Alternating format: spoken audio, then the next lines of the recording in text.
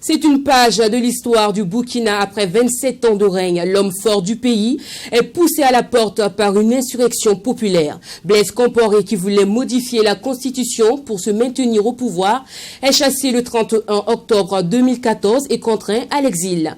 Le chemin pour la liberté et la démocratie fut long et parsemé d'embûches. Des hommes et des femmes ont payé le sacrifice suprême. Depuis 2009, un visage à Makele Burkinabé, Zéphirin Diabré, à la tête de l'opposition a fédéré des forces dans la lutte pour le triomphe de la démocratie. Retour sur la longue marche pour une alternance au Burkina Faso avec Sonia Kokti.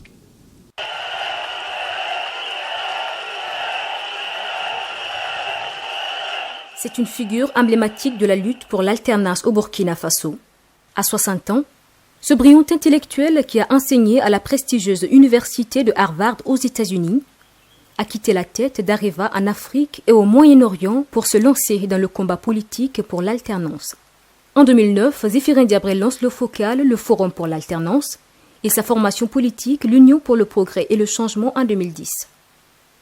L'UPC rafle 19 sièges à l'Assemblée nationale lors des législatives de 2012 et son président devient chef de file de l'opposition. Zéphirin Diabré s'attelle alors à unir l'ensemble des forces démocratiques en vue d'une alternance en 2015. Pendant ce temps, Blaise Compaoré et ses partisans s'entêtent à vouloir modifier la Constitution pour se maintenir au pouvoir. L'opposition voit ses rangs grossir chaque jour avec des organisations de la société civile et l'arrivée de poids lourds du CDP, le parti de Compaoré. Nous ne voulons pas de mandat présidentiel imité, car pour nous, le Burkina Faso n'est pas un royaume où l'on meurt au pouvoir.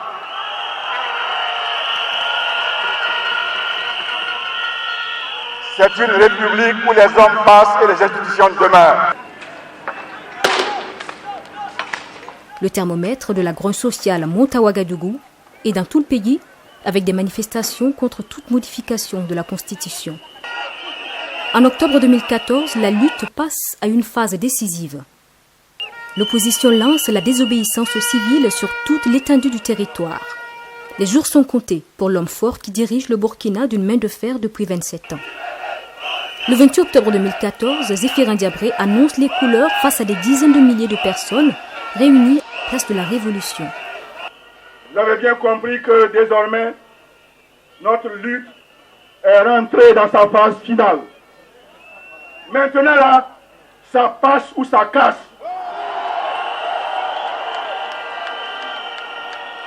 Maintenant, c'est vraiment la patrie ou la mort. Le 30 octobre, le peuple burkinabé prend son destin en main. L'Assemblée nationale, où les députés devraient se prononcer sur le projet de modification de la Constitution, est incendiée par les manifestants.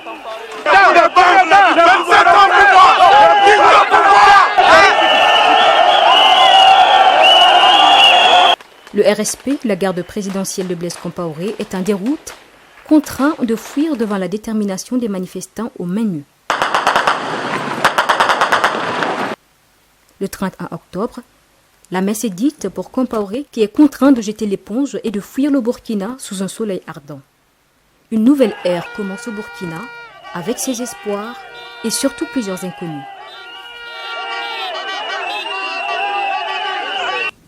Et pour en parler, Zéphirin Diabré sur notre plateau. Bonsoir, monsieur Diabré. Oui, bonsoir, madame. Alors, en faisant une rétrospective, quel sentiment vous anime actuellement? C'est complexe, c'est le sentiment qu'on peut avoir 5 ans après un tel événement qu'on a vécu et où, pour ce qui me concerne, j'ai eu à la fois la chance, l'honneur et le privilège de jouer un rôle de premier plan. La seule chose que je peux vous dire, que si c'était à recommencer, eh bien, je recommencerai. Il était question à l'époque de s'opposer à une disposition de la Constitution qui limitait le mandat et que le chef de l'État de l'époque voulait faire sauter. C'est des choses que, pour ce qui me concerne en tant que libéral et républicain, je ne peux pas accepter. Je ne l'ai pas accepté hier, je ne le ferai pas non plus demain, encore moins aujourd'hui. Mais c'est vrai que, au-delà de cette question de la limitation du mandat, on était arrivé à la fin du cycle d'un régime qui, en 27 ans, parce qu'il a gouverné, a montré une certaine gouvernance. Et cette gouvernance-là qui a été montrée donc, à la rencontre de la désapprobation de générations montantes. Donc c'est cet ensemble-là qui a explosé et qui a donné lieu à l'insurrection, sur France sur des valeurs, de gouvernance vertueuse, et face à des mots que l'on n'accepte pas, la corruption, la gabégie, la politisation, l'administration, le clanisme. 5 ans après, si on doit faire le bilan, ce n'est pas de se demander s'il fallait faire ou non l'insurrection, qui d'ailleurs en fait n'a pas été faite, elle s'est imposée d'elle-même, c'est de savoir si les valeurs pour lesquelles on s'est battu là sont à l'ordre du jour aujourd'hui, ce qui n'est malheureusement pas le cas. Alors à propos, certains Burkinabés sont nostalgiques de l'ère comparée. Est-ce que finalement l'insurrection aurait servi à quelque chose et quels sont les acquis qu'on peut retenir? Ah oui, non, ça a beaucoup servi, ça a quand même été un événement qui a, si l'on peut dire, instruit la conscience politique de plusieurs générations qui vont s'aligner. La parole a été libérée. On a montré qu'in fine, c'était le peuple qui était plus fort que les individus et les systèmes politiques.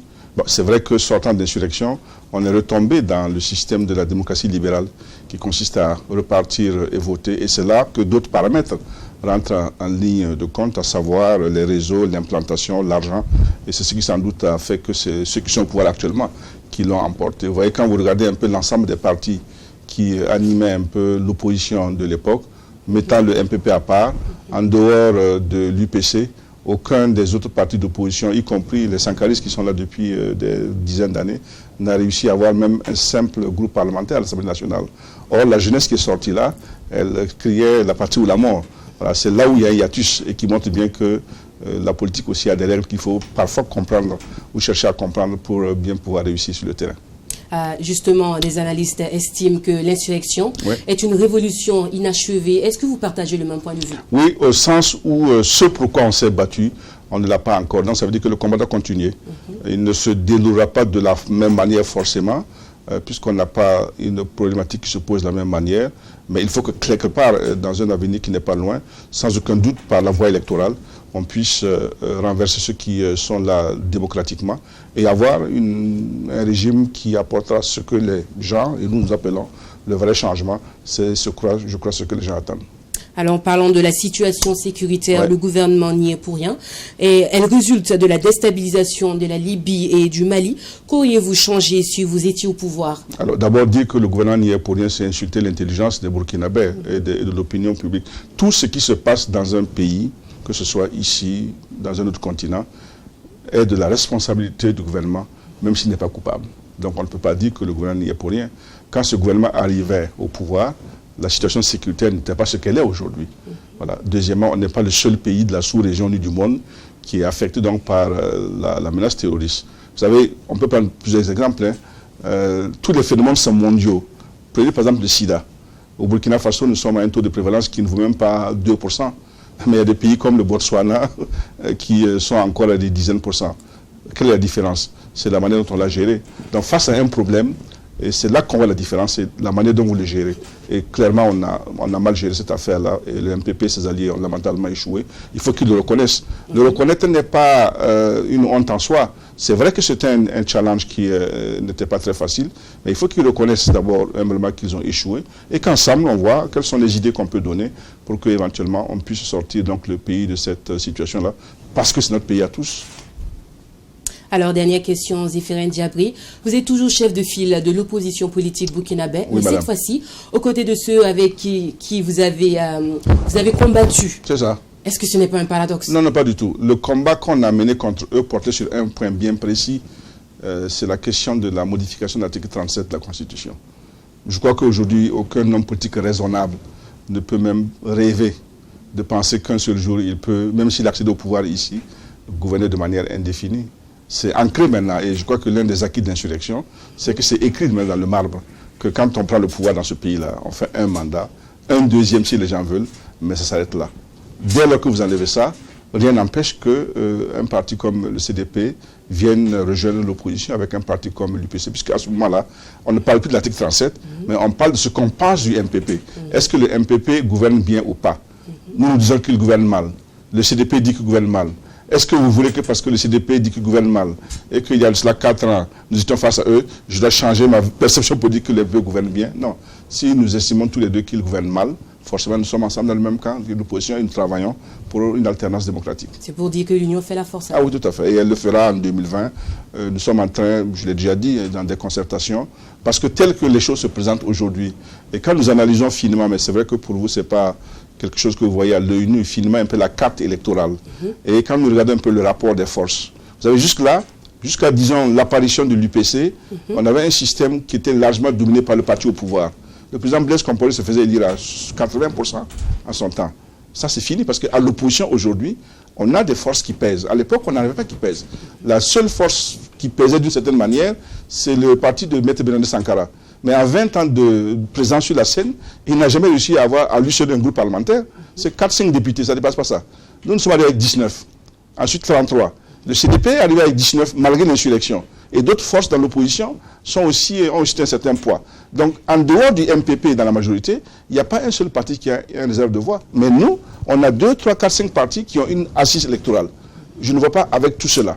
Et surtout avec le bilan catastrophique que nos amis du MPP et leurs alliés nous ont servi et à tous les Burkinabés, je ne vois pas comment ils peuvent gagner une élection en 2020. Alors, vu le contexte actuel, est-ce que vous pensez que vous aurez fait mieux? Vous dites? Vu le contexte actuel, est-ce que vous pensez que vous aurez fait mieux? Vous êtes un peu sérieuse là, madame? Bien sûr. Moi et beaucoup de personnes là avons eu à exercer des fonctions dans le passé. Est-ce que nous avons échoué lamentablement dans ce qu'on nous a confié comme responsabilité? Mon CV est là et demandez à tous ceux qui ont travaillé avec moi depuis que j'ai commencé à m'engager dans la vie publique, depuis 1992, est-ce qu'on m'a déjà confié une mission à laquelle j'ai échoué? Et pourquoi si je ne l'ai pas fait hier, je le ferai demain? Non. Si nous sommes là, nous ferons mieux, et largement mieux. Et nous sommes convaincus, et c'est bien pour ça que nous sommes engagés, que nous menons le combat politique. Si j'avais à un seul moment le sentiment ou l'impression que je ne ferais pas mieux que ceux qui sont là, je ne me serais pas engagé en politique. Alors, merci Zéphirin Diabry d'avoir répondu à nos questions. C'est moi qui vous remercie. Nous allons poursuivre le journal avec vous. Merci.